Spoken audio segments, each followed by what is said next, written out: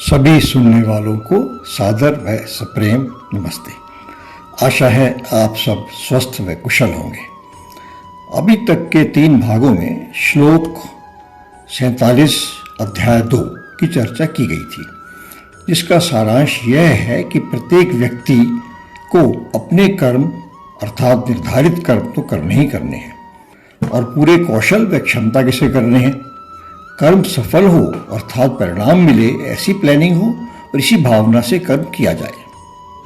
परंतु कर्म और कर्म फल में आसक्ति न हो आपकी, अर्थात आप उसके दास न बने। फल आया तो ठीक, नहीं आया तो दोबारा प्रयत्न किया जाएगा या कुछ और प्रयत्न किया जाएगा। इसके अतिरिक्त अपने कर्म, आपके निर्धारित कर्म न करने का तो कोई विचार दूर दूर तक न आए। आपके मन में कोई आलस्य नहीं आना चाहिए, कोई प्रोक्रेस्टिनेशन नहीं, कोई निकम्मेपन नहीं, कोई भारेबाजी नहीं। एक छोटा सा उदाहरण जैसे है, अर्जुन भी तो युद्ध के मैदान में अपने निर्धारित कर्म से पीछे हट रहा था, तभी गीता बनी है, उसी लिए गीता बनी है। चलिए अब आगे श्लोक 2/48 एक बार देखते हैं क्या है। आज डिस्कस नहीं करेंगे उसको, पर देख लेते हैं। योगस्थ कुरु कर्मणि संग तत्वा धनंजय सिद्धि असिद्धयो समो भूत्वा समत्व योग उच्यते। अर्थात हे अर्जुन, आसक्ति को त्याग कर समभाव में स्थित होकर अपना कर्म करो। सफलता और विफलता में समभाव रखना भी योग का एक भाग है। अब 2/48 श्लोक में आगे बढ़ने से पहले हम थोड़ा सा आसक्ति पर रोशनी डालना चाहेंगे। आसक्ति के साथ राग और द्वेष पर भी प्रकाश डाला जाएगा, क्योंकि ये सभी संबंधित हैं और इनका प्रयोग गीता में बार बार किया गया है। अपने जीवन में हम अनेक पदार्थों, क्रियाओं और व्यक्तियों इत्यादि से इंटरेक्ट करते हैं मतलब उनसे हमारा ट्रांजैक्शन होता है, मतलब उनसे तालमेल करके अपने कर्म करते हैं और जीवन आगे बढ़ाते हैं। पदार्थों, क्रियाओं और व्यक्तियों आदि के लिए हम अब एक ही वर्ड का यूज करेंगे, घटक या एंटिटी। घटक ही ज़्यादा यूज करेंगे।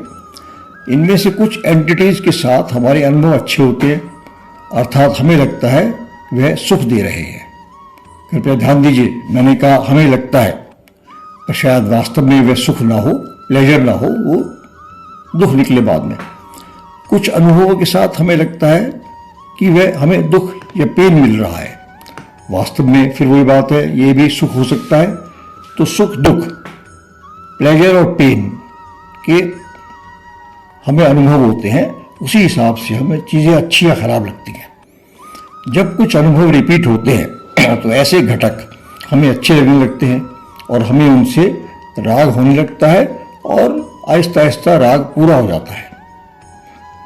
यदि खराब अनुभव रिपीट होते हैं तो हमें उनसे नफरत होती है, घृणा होती है और कई बार क्रोध और गुस्सा भी आता है। यही आगे बढ़कर द्वेष बन जाता है। जैसे आपको कार्टून देखना अच्छा लगने लगा, आप भी बार बार देखते रहे, इतना देखते रहे कि अब आपको राग हो गया है कि बिना कार्टून देखे तो काम चलता ही नहीं है। चाहे और कुछ भी काम पेंडिंग रह जाए, सफ़र कर जाए, कोई बात पर कार्टून तो देखना ही देखना, ये राग हो गया। कभी कभी इसके लिए मोह शब्द का प्रयोग भी किया जाता है, जबकि दोनों में थोड़ा सा अंतर है, पर सामान्य भाषा में आप इनका इंटरचेंजेबली प्रयोग कर सकते हैं। राग मोह। अब जैसे यदि आपको एक सब्जी का टेस्ट अच्छा नहीं लगता, परंतु बार बार वह आपको दी जाती है और हर बार उसका टेस्ट आपको खराब ही लगता है, तो आपको उससे क्या होगा, आपको आहिस्ता आहिस्ता नफरत से हो जाएगी, घृणा, और आप देखते ही या सुनते ही द्वेष से भर जाएंगे। ये हुआ द्वेष। ऐसी ही दोनों स्थितियां आपके कार्यकारी साथियों के साथ भी हो सकती है। कुछ से इंटरेक्ट करना आपको अच्छा लगता है, कुछ से खराब, यही बाद में राग और द्वेष में बदल जाते हैं। तो ये तो हुआ राग और द्वेष के बारे में। अब आसक्ति कहाँ रह गई? आपको ऐसा घटक सोचिए जो अभी आपके पास नहीं है, परंतु उसके मिलने की संभावना है। अर्थात अब हम भविष्य की बात कर रहे हैं। जैसे आपने एक लॉटरी का टिकट खरीदा, या आपको एक जॉब ऑफर होने वाली है और आपको सूचित कर दिया गया है कि आपका सिलेक्शन हो चुका है, बस हेड ऑफिस से अप्रूवल आनी है।